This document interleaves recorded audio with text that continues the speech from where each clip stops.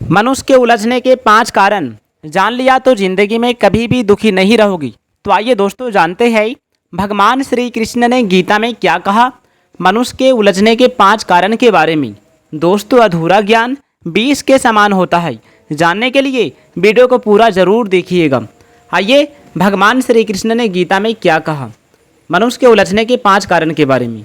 दोस्तों पहला कारण है व्यक्ति को कभी भी क्रोध नहीं करना चाहिए। यदि क्रोध आ भी जाए तो उसे कैसे रोका जाता है, आज हम इस वीडियो के माध्यम से आपको मैं बताने वाला हूँ। दोस्तों मनुष्य का बर्बादी के कारण यानी कि उलझने के कारण क्रोध ही होता है।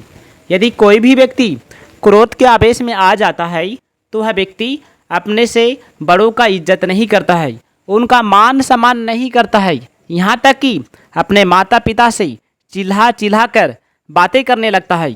माता पिता को कहीं पर अपमान भी कर देते हैं क्रोध के आवेश में आकर। दोस्तों इतना ही नहीं, क्रोध के आवेश में आकर व्यक्ति अपना माता पिता की हत्या भी कर देता है। दोस्तों इतना ही नहीं, कभी कभी तो ऐसा होता है कि क्रोध के आवेश में आकर व्यक्ति अपना गुरु को अपमान कर देता है, उनकी हत्या भी कर देता है, तो भी वह व्यक्ति बड़ा बात नहीं समझता है। लेकिन दोस्तों ऐसा करना बहुत ही बड़ा पाप है। हमें ऐसी गलती कभी भी नहीं करना चाहिए, नहीं तो हमारा जीवन बर्बाद हो जाएगा, फिर हम जिंदगी में कुछ नहीं कर पाएंगे। मनुष्य के अगला उलझने के कारण है व्यक्ति को कभी भी अहंकार नहीं करना चाहिए, क्योंकि जो भी व्यक्ति अहंकार करेगा उनका संपूर्ण विनाश हो जाएगा। और दोस्तों अगला कारण है व्यक्ति को कभी भी लोभ नहीं करना चाहिए, क्योंकि लोभ ही पाप का जड़ है। लोभ के कारण व्यक्ति का सर्वनाश हो जाता है। भगवान श्री कृष्ण कहते हैं मनुष्य जन्म संपूर्ण जन्मों का अंतिम जन्म है। भगवान ने जीव को मनुष्य शरीर देकर उसे जन्म मरण के प्रभाव से अलग होकर अपनी प्राप्ति का पूरा अधिकार दिया है, परंतु यह मनुष्य ईश्वर को प्राप्त न करके लगाव के कारण फिर पुराने प्रभाव में अर्थात जन्म मरण के चक्र में चला जाता है। भगवान की दृष्टि में सब कुछ उनका ही स्वरूप है, इसलिए भगवान में किसी के प्रति जरा भी पक्षपात नहीं होता। दोस्तों मनुष्य के उलझने का अगला महाकारण है कि कोई भी हमें पराये स्त्री पर कभी भी गलत नज़र से हमें नहीं देखना चाहिए, उनका हमें सदा इज्जत करते रहना चाहिए। आइए भगवान श्री कृष्ण कहते हैं सबसे बड़ी बात, जो भी व्यक्ति इन बातों को समझ लेता है वह व्यक्ति जिंदगी में हमेशा सुखी एवं शांति बना रहता है, उसका परिवार में हमेशा शांति बना रहेगा। भगवान श्री कृष्ण कहते हैं कि जहाँ प्रेम होता है वहाँ मन लगता है, और जहाँ श्रद्धा होती है वहाँ बुद्धि लगती है। ज्ञान और भक्ति दोनों ही संसार का दुख दूर करने में समान भूमिका निभाते हैं, परंतु दोनों में ज्ञान के मुकाबले भक्ति की महिमा अपरंपार है, अधिक है, क्योंकि ज्ञान में तो अखंड रस की प्राप्ति होती है, परंतु भक्ति में अनंत रस की प्राप्ति होती है जो निरंतर बढ़ता रहता है। नेत्रों की दृष्टि और शब्द आपस में कभी नहीं टकराते। शरीर से लगाव नहीं रखना चाहिए, समाज से लगाव रखना चाहिए। शरीर से लगाव रखने से अहंकार का भाव बढ़ता ही चला जाता है, जबकि समाज से लगाव रखने पर अहंकार समाप्त हो जाता है।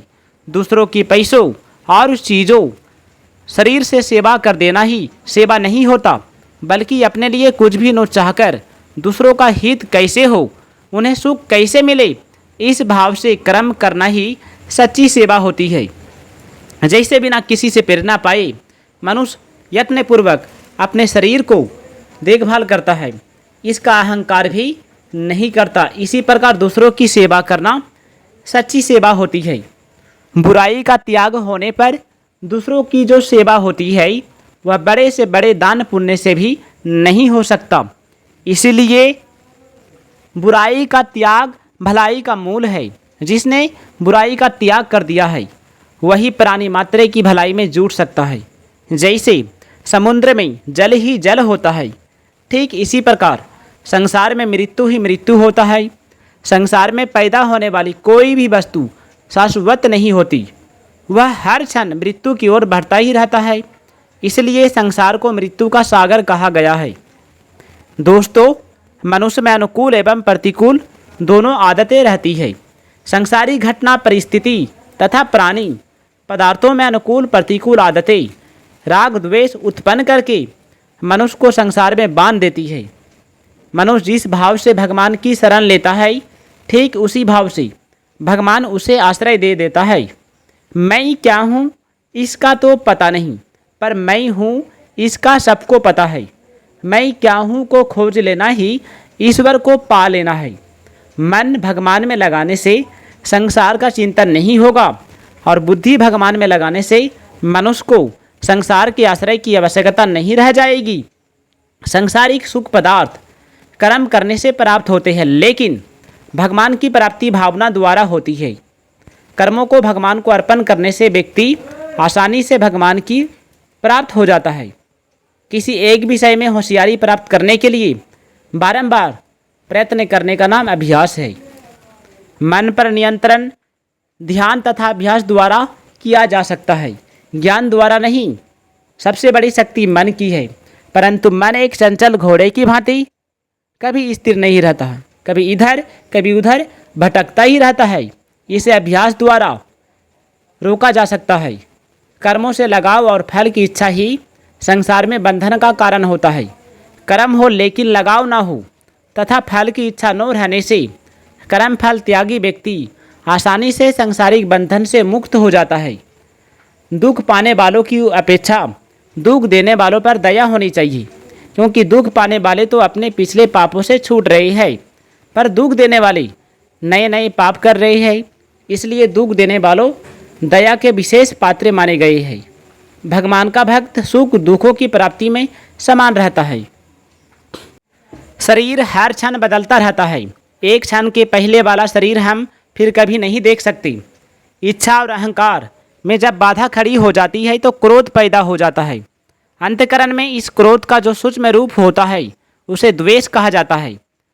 प्राण शक्ति का नाम चेतना है और यह चेतना भी परिवर्तनशील है। सात्विक वृत्ति आने पर चेतना शांत रहती है और चिंता शोक भय आतुरता आदि होने पर चेतना या प्राण शक्ति अशांत हो जाती है। यह प्राण शक्ति निरंतर नष्ट होती रहती है, अतः यह भी विकार रूप है।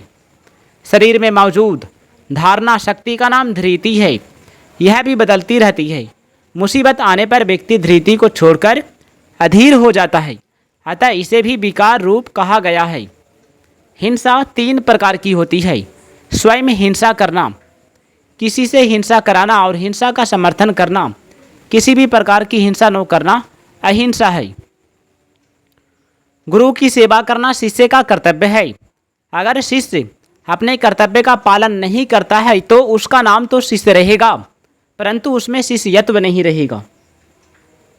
तो प्यारे दोस्तों, यदि वीडियो अच्छा लगे तो वीडियो को लाइक कीजिएगा, चैनल को सब्सक्राइब करके कमेंट में जय श्री कृष्ण ज़रूर लिखिएगा और अपना ख्याल ज़रूर रखिएगा।